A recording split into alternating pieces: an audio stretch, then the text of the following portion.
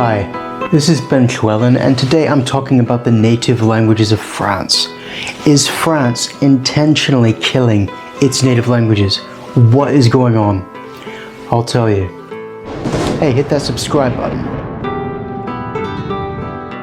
The president of France, Emmanuel Macron, says that teaching children in their own native language could foment disunity of France.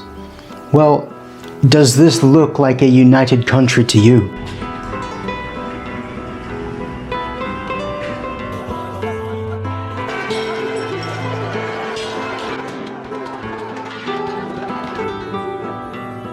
No, it doesn't look like one that's unified to me either.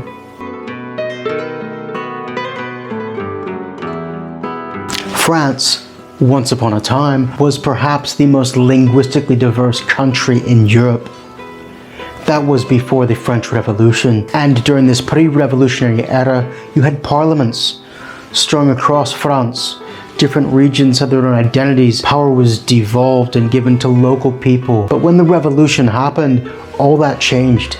All those local parliaments were completely abolished, and sometimes with violent repercussions. The war in the Vendée, the people of Brittany rose up in revolution against the revolution, and it was a genocide. Entire villages were massacred by the French state. As the revolution won, you had an emerging kind of unionized philosophy of we must have one identity, that all other identities except the Parisian French variety foment disunity of the state. This may seem kind of archaic and barbaric to us, but this is the attitude of the French state today in many cases. And as the French state emerged in the revolution, you had a man named Henri Grégoire. He helped foment this policy of aggressively rooting out and getting rid of local variations of French and the other languages of France. He called Alsatian, a language spoken in Alsace-Lorraine, which is a variety of German, and the Corsican language, degenerate, and its people who spoke it degenerates. And this laid the new French state's foundation of how it regarded its native languages, all 25 of them. This is not just, oh, we have one or two minority languages. This is a patrimony, a heritage that is a rich patchwork of languages that actually make France what it is. And the revolution said that our identity is no longer our identity. In the late 19th century, with the Third French Republic, children were forbidden to speak languages other than French in schools. It was banned in schoolyards. Children were violently beaten and punished for speaking any language other than French, and they were forced to sit in classrooms with giant signs telling you, speak French, be clean. So they were considered unclean if they spoke any other language other than French.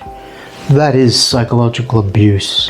After the First World War, France absorbed Alsace-Lorraine, which had gone back and forth between Germany and France over the centuries. The German majority, their language was forbidden by the state. People were arrested just for speaking and using or demanding to speak their own language in their own country. And this attitude carried on. In 1925, the Minister for Education, Anatole de Moncy, he said that Breton must disappear for the unity of the state. This was a time when more than 1 million people spoke Breton as their native language. Entire areas had monoglots who didn't even speak French. Into the Fourth Republic in the 1950s, in 1951, things began to improve. You had the law of Dusion, which said that children were allowed to be taught about their languages, that they could be taught their languages, not through their own languages. They still had to speak French in the classroom, but they could be taught about their languages. This was a minor first step. And as the Fifth Republic emerged, then in 1964, the French state, get this, allowed Breton to have 90 seconds of television in its own language on regional television. 90 seconds is nothing. It's almost a direct insult, but at least they had something. But even in 1972, the president, Georges Pompidou, said, there is no place for minority languages in France. The president of your country telling you you don't have the right to exist is quite extreme. And then in 1992, into the Fifth Republic here, we have the constitution being amended to say explicitly French is the language of the Republic. This means very clearly you have no rights in your native culture. In 2015, the French Senate rejected a draft law by the European Charter for Minority or Regional Languages, which would have legitimized these 25 languages across France as having the right to simply exist. The current French state denies that.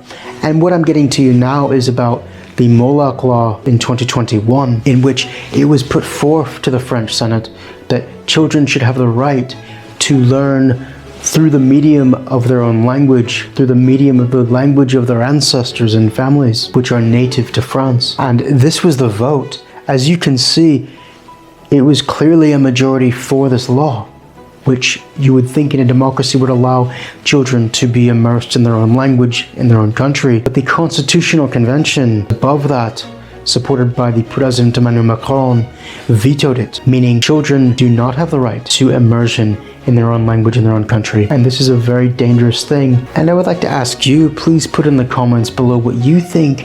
Do you think this would facilitate unity?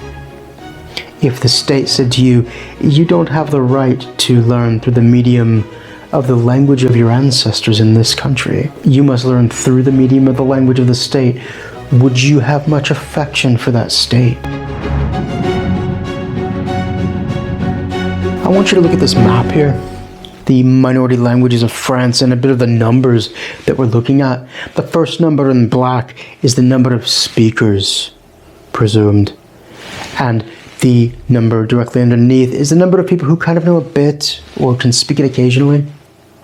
And the number beneath that, the third number, is the people who are in school through that language, studying it. You notice that some of these numbers don't have a third number, and that's because in many cases the French state does not allow people to learn through this language at all.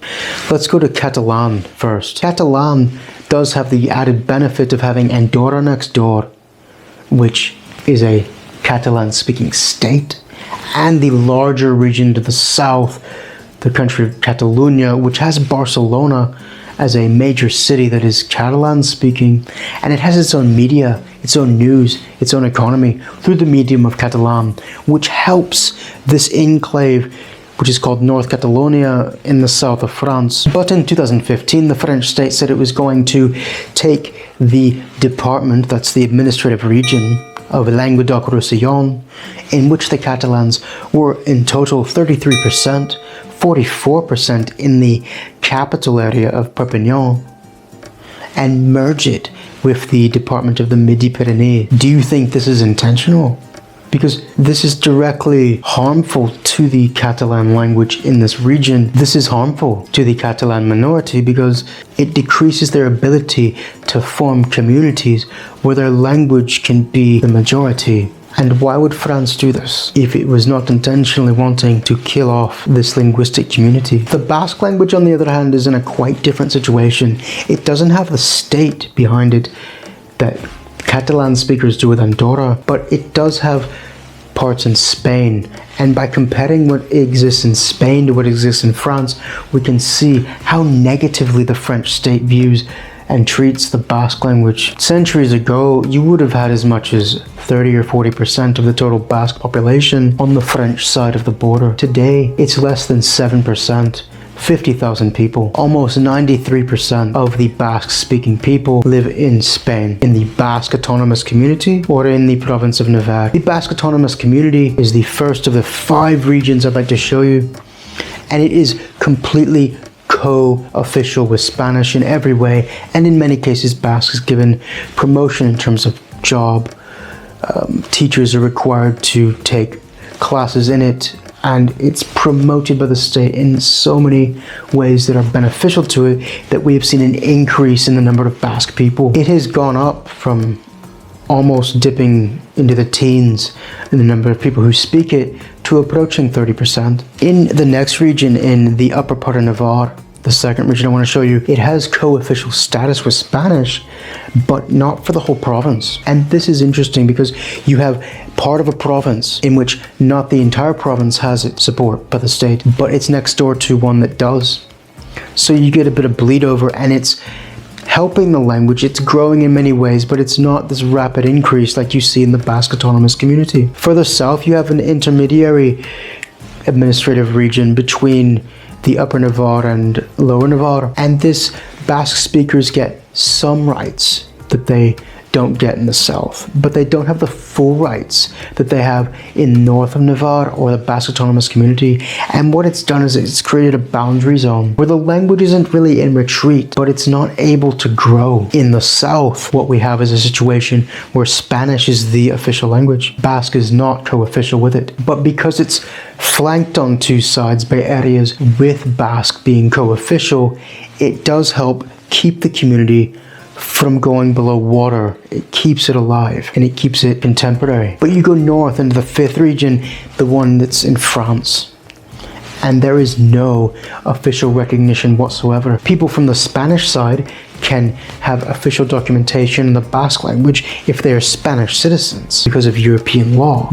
But people who are Basque speakers in France cannot. Why would the French state treat its own citizens with less rights than it gives to people who are Basque speakers from another country? If you go back a couple centuries, the time of the revolution, the overwhelming majority of the people in this area spoke Basque, and that's been reversed because of the neglect and often hostile views of the state. And so what we see is the hinterland away from the Spanish Basque country into France. You have communities which have lost their language and an educational system which does not even allow children to speak their own language in many cases. This could be nothing other than an intentional killing of a language. Going north into the Breton people, let's compare this with the Welsh, because these two languages are related, and the Breton don't really border. They're on a peninsula. They don't border any other state where their language is spoken like the Catalans and the Basques do. So the Welsh have support from the state. You can speak it in their Senedd, that's the parliament. It's in a flourishing educational sector. You have it in the private sector in many cases, some, and you have radio and television in the language supported in many cases by the state. And because of this, the Welsh language is in a much better position. It's actually comparable to the Basque language in many ways, statistically at least, if not in terms of inertia of growth.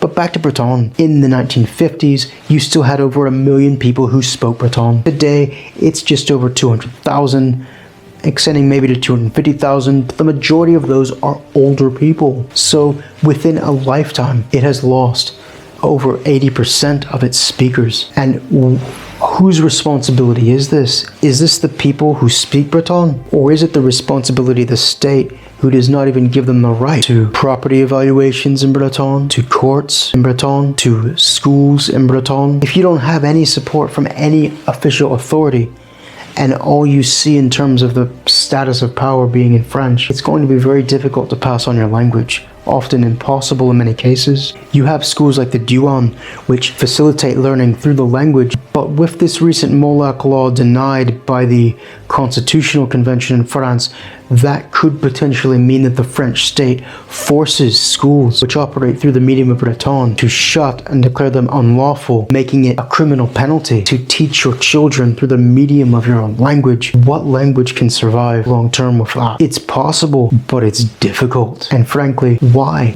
would the French state do this to their own people? The Alsatian language offers an opportunity to glimpse into the German lands. The Alsatian language, as you can see from this graph, was the clear majority for a long time, and it's going through a severe decline because of a lack of support by the French state. The Alsatian language does not have the same rights, obviously, as those over the Rhine in Germany. You can't even open schools in the Alsatian language in many cases. But you do have Switzerland, which is an interesting viewpoint. I want you to look at this. French is spoken by around 24%, 25% of Switzerland. And it's comparable to what the Alsatian German language was a while ago before it declined. Here in Switzerland, you have a situation where you have cantons, almost like counties, in which each one is supported in that language, and it's kind of a de facto language of that county. but the people of all these cantons know that they're Swiss, and they're very proud to be Swiss. And it shows that the French don't have to fear their own identity. You don't have to be afraid of smaller languages. The French, who are the minority here in Switzerland, are under no threat whatsoever. They're very proudly Swiss. And the German communities and the Italian communities within Switzerland are very proud of them. To have the Alsatian German dialect, to lose that because of the insecurity of the French state would be quite sad. And the question remains, why is France doing this to these languages? Why does it not see its ancestors in many ways before the French Revolution were quite wise in allowing this multilinguistic cultural diversity to flourish and create a patchwork state rather than a monoglot, centralized, uniform state? I hope the French look more to their ancestors for answers rather than a bleak, monotone future where these other languages are seen as threats to their identity, when in reality, these languages are their identity. Thank you for watching, and we will see you in the next episode.